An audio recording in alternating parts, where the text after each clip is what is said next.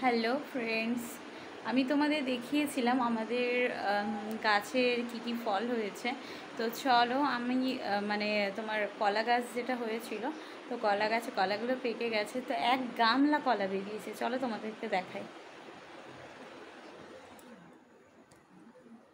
এই যে দেখো, 1 মিনিট ব্যাক ক্যামেরা করি। দেখো এক গামলা পুরো কলা।